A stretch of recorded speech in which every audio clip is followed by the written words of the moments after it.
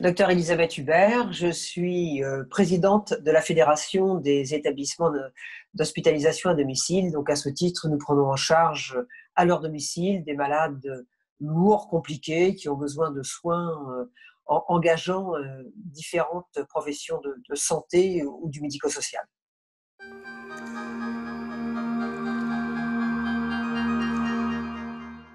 Nous sommes une fédération. Donc, en direct, notre première action a été de faire entendre la place qui est celle de l'hospitalisation à domicile et des services que nous pouvions rendre.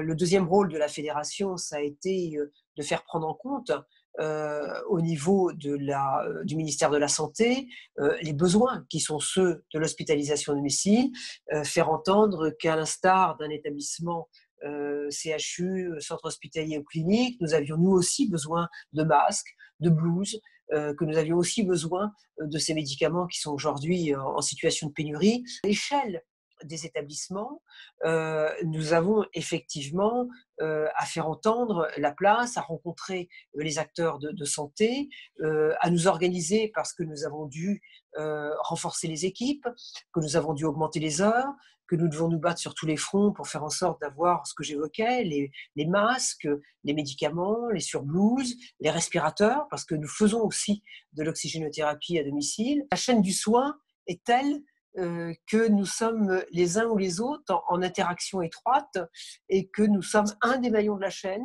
et que sans un des maillons de la chaîne ne peut pas fonctionner.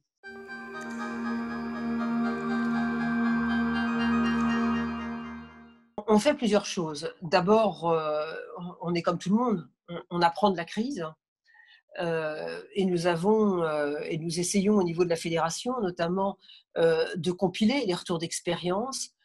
Énormément d'ingéniosité, de créativité ont été développés dans des modes d'action, dans des modes de relation. L'un des points sur lesquels nous sommes en train de travailler, c'est déjà de nous projeter dans l'avenir pour faire en sorte que ce retour d'expérience, ce que nous avons su faire, ce que nous avons su aussi pas faire, parce qu'on apprend aussi de ces manquements, nous puissions les compiler tout à la fois pour se préparer dans un futur qui sera différent, mais aussi pour se préparer peut-être à une deuxième vague d'infestation. La deuxième chose, c'est aussi sur ce que nous avons appris de cette crise avec des allègements réglementaires qui pouvaient ici ou là apparaître comme étant difficiles à surmonter. On va essayer de faire en sorte que ce qui a été bénéfique, nous puissions le garder aussi, même si ça tord un petit peu le bras à certaines réglementations dont on n'imaginait pas qu'elles puissent être allégées. Il va falloir à la fois assouplir là où il doit y avoir des assouplissements et puis néanmoins préserver les règles parce que la qualité et la sécurité des soins et que l'intérêt des patients ne souffre pas effectivement l'approximation et le bricolage.